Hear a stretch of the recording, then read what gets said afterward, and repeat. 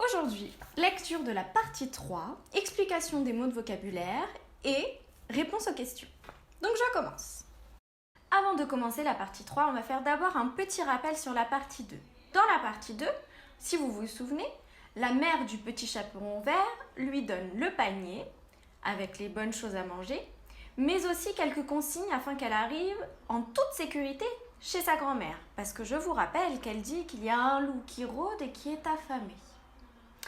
Donc dans la partie 3, c'est parti pour la lecture.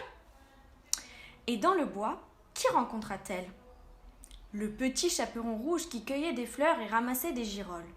Elle avait un panier rempli de médicaments et de nourriture.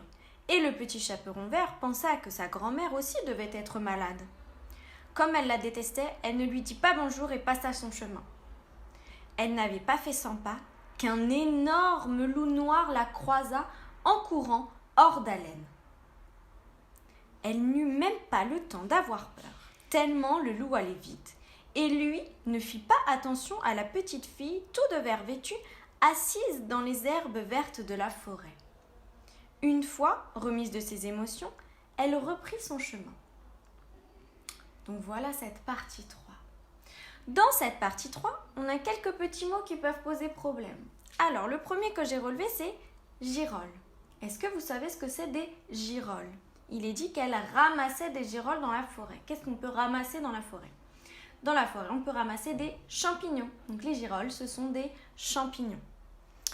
Il est dit aussi qu'elle ne dit pas bonjour au petit chaperon rouge et qu'elle passe son chemin. Qu'est-ce que ça veut dire ça, passer son chemin? C'est une expression. Passer son chemin, ça veut dire qu'elle passe à côté d'elle sans lui parler, sans la regarder. Il est dit aussi que le loup la croisa en courant hors d'haleine. Qu'est-ce que ça veut dire ça, hors d'haleine?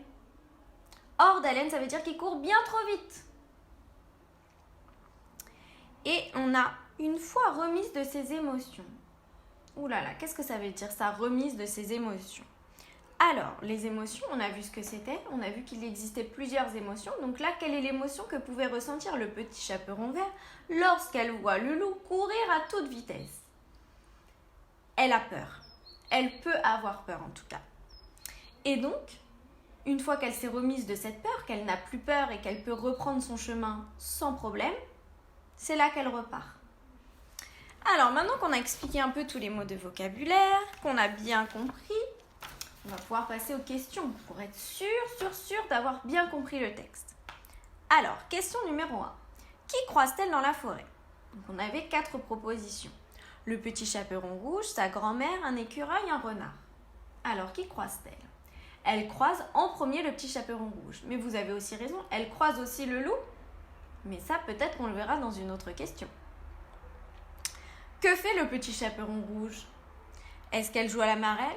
Est-ce qu'elle cueille des fleurs et des girolles?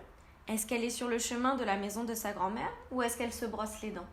Donc, quand le petit chaperon vert passe à côté du petit chaperon rouge, le petit chaperon rouge est en train de cueillir des fleurs et ramasser des girolles. Elle ramasse les petits champignons. Question numéro 3. Comment se passe sa rencontre avec le loup? On parle du petit chaperon vert. Est-ce que le loup lui parle? Est-ce que le loup la mange? Est-ce que le loup court et ne la voit pas? Ou est-ce que le loup cueille des fleurs avec elle? Donc là, lorsque le loup passe à côté du petit chaperon vert, il court tellement vite qu'il ne la voit pas. Comment est-ce qu'elle réagit, le petit chaperon vert? Elle pleure, elle a peur, elle rigole, elle ne réagit pas. Alors, on imagine la scène. Vous êtes en train de vous promener dans la forêt et là, un énorme loup passe à côté de vous. Mais il ne vous voit pas ni rien. Eh bien, elle ne réagit pas parce que ça se passe trop vite. Alors, on peut comprendre qu'elle peut avoir un petit peu peur quand même. Mais sa première réaction, c'est que ça passe tellement vite qu'elle n'a pas le temps de réagir. Et alors, pourquoi est-ce que le loup ne la voit pas? Très bonne question. Alors, est-ce que c'est parce que le loup est aveugle? Aveugle, ça veut dire qu'il ne voit pas. Est-ce que c'est parce que le loup court trop vite?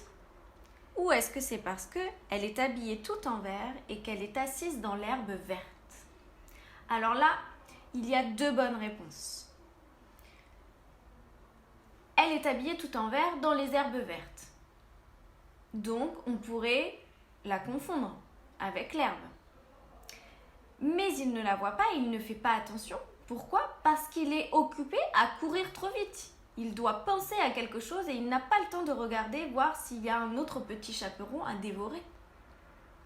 Donc voilà pour les réponses aux questions. Eh bien moi, j'ai bien envie de connaître la suite de cette histoire. Qu'est-ce qu'il va se passer? Où va le loup en courant? La suite au prochain épisode. Goodbye!